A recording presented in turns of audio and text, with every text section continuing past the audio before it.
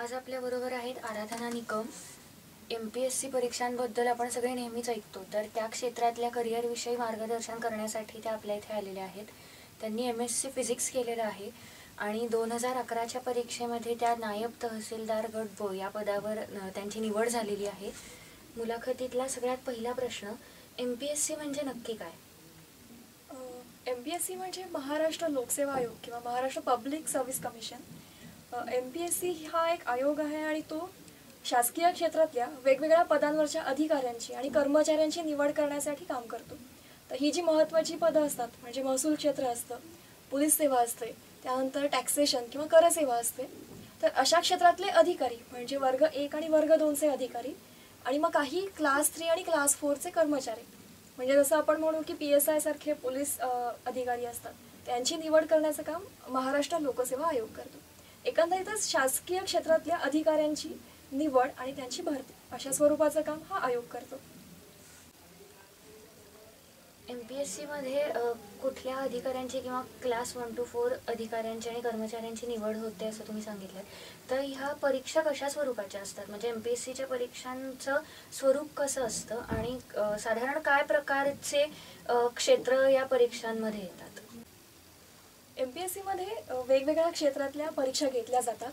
याच्यामध्ये नागरी सेवा परीक्षा येतात, ज्या फारच प्रसिद्ध आहेत.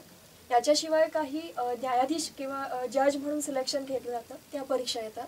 पोलीस डिपार्टमेंटच्या काही परीक्षा असतात.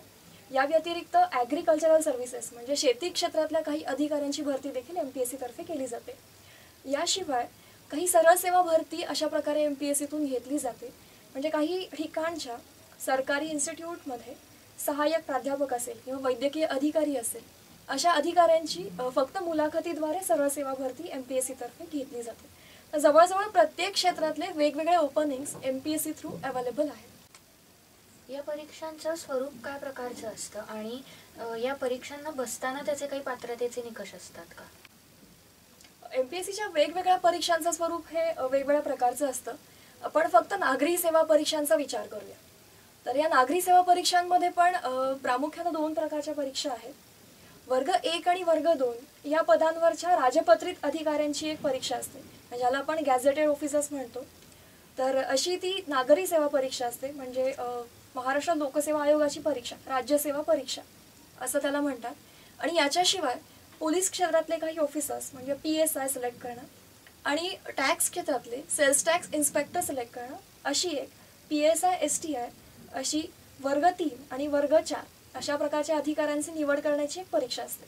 तर त्यातल्या पण नागरी सेवा परीक्षेतल्या वर्ग आणि वर्ग 1-2 यांचा आपण विचार करूया. तर ही जी परीक्षा असते त्याला मिनिमम जी काही आपण पात्रता म्हणतो, तर ती कुठल्याही क्षेत्रातला पदवीधर अशी आहे. वयोमर्यादा आत्ता नाही आहे, पण कोणत्याही क्षेत्रातली किमान पदवी अर्हता यासाठी लागते. परीक्षांचं स्वरूप बघायला गेलं तर नागरी सेवा परीक्षेचं स्वरूप हे आपण बघूया. नागरी सेवा परीक्षा म्हणजे ज्याला राज्यसेवा परीक्षा आपण म्हणू, तर ती 3 टप्प्यामध्ये घेतली जाते. तर त्याच्यामध्ये एक पूर्व परीक्षा येते, त्यानंतरचा मुख्य परीक्षेचा टप्पा असतो आणि नंतर मुख्य परीक्षेमधून मुलाखतीसाठी काही उमेदवार निवडले जातात. या प्रत्येक स्तरावर वेगवेगळ्या स्वरूपाची परीक्षा घेतली जाते.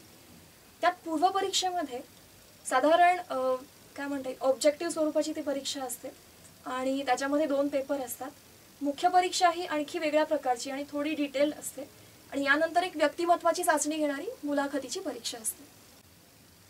या परीक्षा इंग्रजी आणि मराठी अशा दोन्ही माध्यमातून देता येतात का? आणि शक्यतो म्हणजे विद्यार्थ्यांना कुठल्या माध्यमात परीक्षा देण्याचा जास्त उपयोग होतो? या परीक्षा मराठी आणि इंग्लिश दोन्ही माध्यमातून देता येतात आणि कोणत्या माध्यमाचा उपयोग होतो असं नेमकं सांगता येणार नाही. पण महाराष्ट्रात ही परीक्षा होते आणि त्यामुळं मराठी माध्यमातून देणाऱ्यांची संख्या ही अधिक असते. आणि परीक्षेचं एकंदरीत स्वरूप बघितलं तर त्यासाठी उपलब्ध असणारे जे मार्गदर्शन साहित्य आहे ते मराठीतून मोठ्या प्रमाणावर आहे. तर मराठीतून दिल्याचा उपयोग नक्कीच होतो आणि इंग्रजीतून द्यायची असेल तर तशी अध्ययन साहित्य उपलब्ध असलेलं ते पाहावं लागतं आणि त्यानुसार प्रत्येकाच्या सोयीनुसार माध्यम निवडता येतं. माध्यमाची फारशी अडचण येत नाही, कारण प्रश्नपत्रिका ही दोन्ही माध्यमांमध्ये असते. आत्ता तुम्ही परीक्षांबद्दल सांगितलं की पूर्व परीक्षा, मुख्य परीक्षा आणि मग नंतर मुलाखत. तर साधारण या सगळ्या परीक्षांचा कालावधी काय असतो आणि या परीक्षा देताना त्याच्यासाठी मार्गदर्शन कसं मिळवावं किंवा त्याची तयारी कशी करावी? MPSCची जी आपण राज्यसेवा परीक्षा म्हणलं तर त्याचा कालावधी हा साधारण 1 ते 1.25 वर्षांचा असतो. म्हणजे आपण बघितलं की 3 टप्पे असतात. पूर्व परीक्षा, त्यानंतर मुख्य परीक्षा आणि मुलाखत. तर हा सगळा टप्पा पूर्ण होईपर्यंत साधारण 1.25 वर्ष जातं. म्हणजे जाहिरात येते, साधारण डिसेंबरच्या दरम्यान जाहिरात येते. त्यानंतर फेब्रुवारी मार्चच्या दरम्यान पूर्व परीक्षा होते.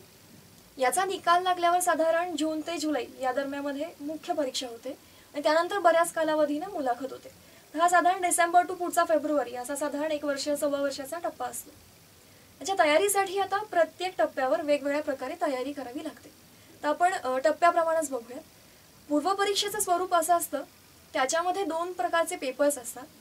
पूर्व परीक्षेच्या पहिल्या पेपरमध्ये 200 गुणांचा एक सामान्य अध्ययन अशा प्रकारचा बहुपर्यायी आणि वस्तुनिष्ठ प्रश्न असणारा एक पेपर असतो, ज्याला ऑब्जेक्टिव्ह स्वरूपाचे प्रश्न आपण म्हणू. तर याच्यामध्ये साधारण आपण शालेय पातळीवर जे सगळे विषय शिकतो तर त्यातले बरेच विषय असतात. त्याच्यामध्ये मग सामान्य विज्ञान आहे, म्हणजे ज्याला आपण जनरल सायन्स म्हणू. काही महाराष्ट्राचा भूगोल असतो जो आपण शालेय स्तरावर शिकतो. त्यानंतर पॉलिटीचा भाग असतो, म्हणजे ज्याला आपण राज्यघटनेचा संदर्भ देता येऊ किंवा पंचायती राज इन्स्टिट्यूशन्स असतात तर यांचं स्ट्रक्चर आणि त्यांची कार्य अशा प्रकारचे त्यांचा एक अभ्यास असतो. त्याशिवाय सामान्य इतिहास असतो आणि बेसिक आपलं सामान्य अध्ययनामध्ये हे सगळे विषय येतात. तर या सगळ्या प्रश्नांवर, या सगळ्या अभ्यासक्रमांवर वस्तुनिष्ठ प्रश्न असतात. प्रश्नांची संख्या MPSCने आता जाहीर केलेली नाही आहे, पण 200 गुणांचा 2 तासांचा एक पेपर असतो आणि या प्रश्नांना निगेटिव्ह मार्किंग असतं. यानंतर पूर्व परीक्षेलाच एक दुसरा पेपर असतो की ज्याला आपण सिव्हिल सर्व्हिसेस ॲप्टिट्यूड टेस्ट म्हणू किंवा CSAT असं म्हणता येईल. तर याच्यामध्ये साधारण उमेदवाराच्या वेगवेगळ्या क्षमतांचा विचार केला जातो.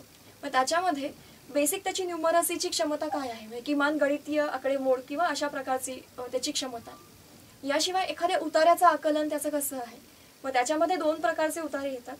एक भाषिक क्षमता असणारं आकलन येतं, त्याशिवाय जनरल एकमेकांचं काय म्हणतात वेगवेगळ्या विषयांमधलं आकलन अशा प्रकारचं एक जनरल कॉम्प्रिहेन्शन अशा प्रकारचे उतारे येतात.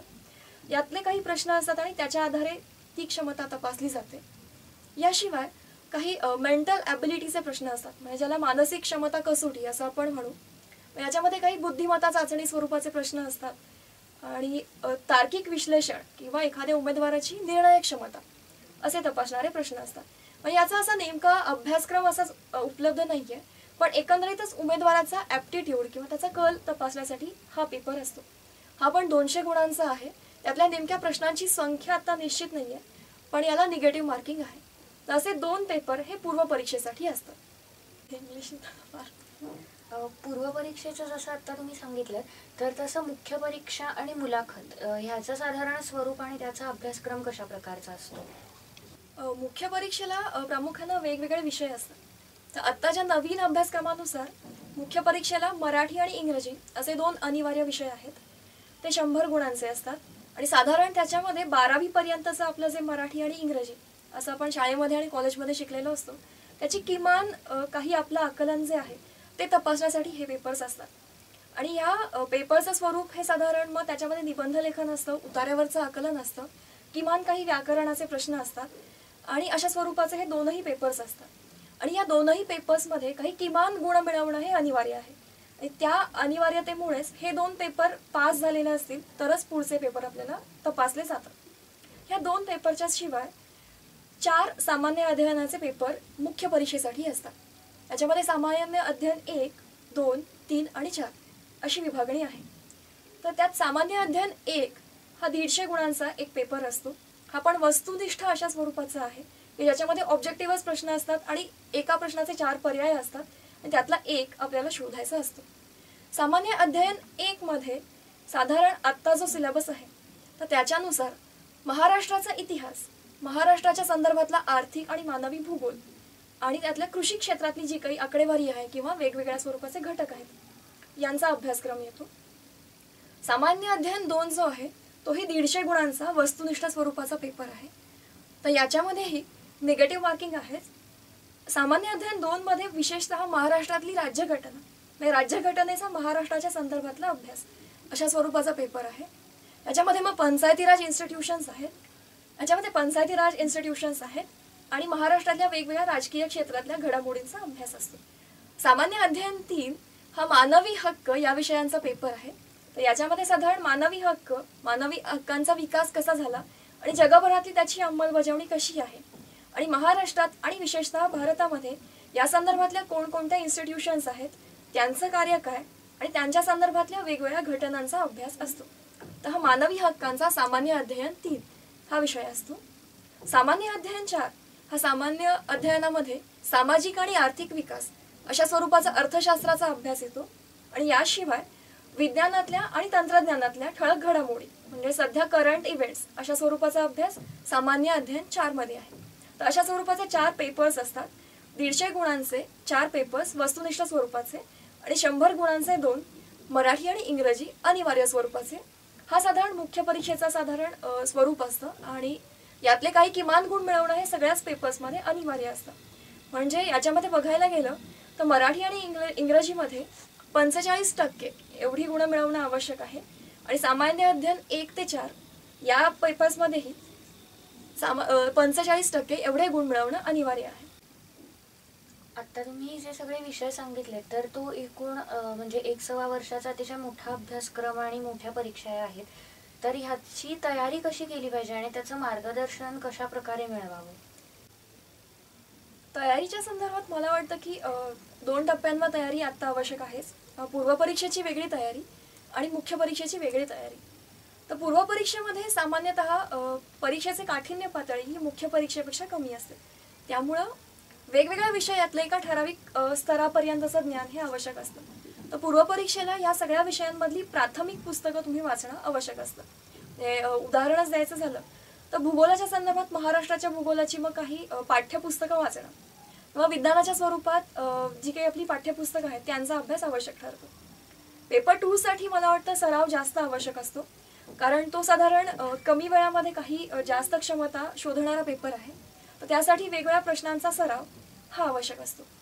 मुख्य परीक्षेसाठी मला वाटतं की एकंदरीतच तुमच्या परीक्षेचा काठिण्य स्तर हा वाढतो आणि परीक्षेतले पर्याय हे जास्त अवघड असतात आणि प्रश्न जरी सोपा असला तरी त्या पर्यायांमधून नेमकं उत्तरापर्यंत जाणं हे आवश्यक असतं.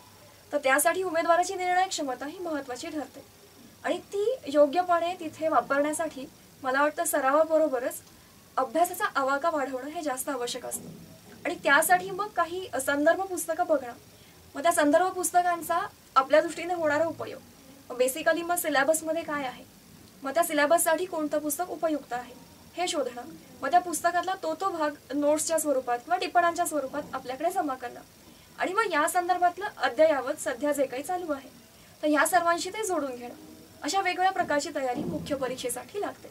तर हे सगळं झालं एक प्राथमिक टप्प्यावरचं काम. यानंतर आपल्याला काही उजळणीसाठी जे काही साहित्य लागतं तर ते तयार करणं, मग काही चार्ट्स असतील किंवा मायक्रो नोट्स असतील तर हे आवश्यक असतं. मग ह्या सगळ्या मटेरियल मेकिंग नंतर मग ह्या सगळ्या मटेरियलची एक रिव्हिजन किंवा उजळणी अशा स्वरूपाचं काम.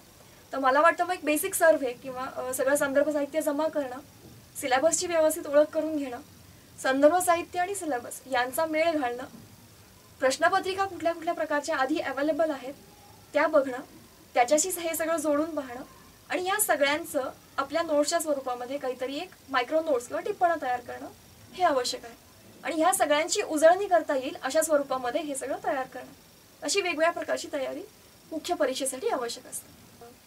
या परीक्षेतला 3रा टप्पा जो असतो तो म्हणजे मुलाखतीचा असतो, की ज्याला आपण व्यक्तिमत्व चाचणी किंवा पर्सनॅलिटी टेस्ट असं म्हणू. तर ही साधारण 100 गुणांची मुलाखत असते. मुख्य परीक्षेतून पात्र ठरलेले विद्यार्थी हे मुलाखतीसाठी निवडले जातात. तर साधारण 1:3 या प्रमाणामध्ये ते निवडले जातात. आपल्या परीक्षेमध्ये जाहीर केलेल्या जितक्या जागा असतात तर त्या जागांच्या तिप्पट एवढे विद्यार्थी मुलाखतीसाठी पात्र ठरतात. तर या विद्यार्थ्यांची 100 गुणांची मुलाखत आयोगामध्ये होते. तर ही मुलाखत साधारण 15 ते 20 मिनिटांची होते आणि उमेदवाराचं एकंदरीत आकलन किती आहे, उमेदवाराचं प्रसंगावधान किती आहे आणि उत्स्फूर्तपणे काही त्याच्या क्षमता तपासणं हाच या पर्सनॅलिटी टेस्टचा उद्देश असतो. म्हणजे फार त्याचा ज्ञान तपासलं जातं असं म्हणता येत नाही, पण एकंदरीतच आपण निवडलेला उमेदवार हा त्या अधिकारी पदासाठी योग्य आहे की नाही हे तपासणारे काही किमान प्रश्न या मुलाखतीमध्ये विचारले जातात. तर मला वाटतं मुलाखतीची वेगळी तयारी करण्याची आवश्यकता नाहीये, पण शासकीय परिप्रेक्षातून काही महत्त्वाचे विषय चालू असतात. म्हणजे उदाहरणार्थ द्यायचं काही निवडणुका चालू असतात, आता दारिद्र्य रेषेची चर्चा चालू असते किंवा काही स्थलांतरितांचे प्रश्न असतात. म्हणजे असे प्रश्न असतात की जे शासकीय योजनांसाठी किंवा शासकीय कामासाठी आवश्यक असतात. तर अशा संदर्भातल्या घडामोडी जाणून घेणं, त्यांचा अभ्यास करणं हे मुलाखतीसाठी आवश्यक ठरतं. कारण मुख्य परीक्षेमध्ये बराचसा अभ्यास हा आपण कव्हर केलेला असतो. तर तो पुन्हा करण्यापेक्षा फक्त त्याला एक ब्रशअप करणं किंवा तो उजळणी घडून घेणं हे आवश्यक असतं. आणि एकंदरीतच मग मुलाखतीची तांत्रिक तयारी ही आवश्यक असते. मग तिथं एक पॉलिश्ड बोलणं असेल किंवा तिथली आपली देहबोली असेल आणि तिथल्या एकंदरीत पॅनलचा आदर करणं असेल, तर अशा स्वरूपाची तांत्रिक तयारी ही मुलाखतीसाठी आवश्यक ठरते.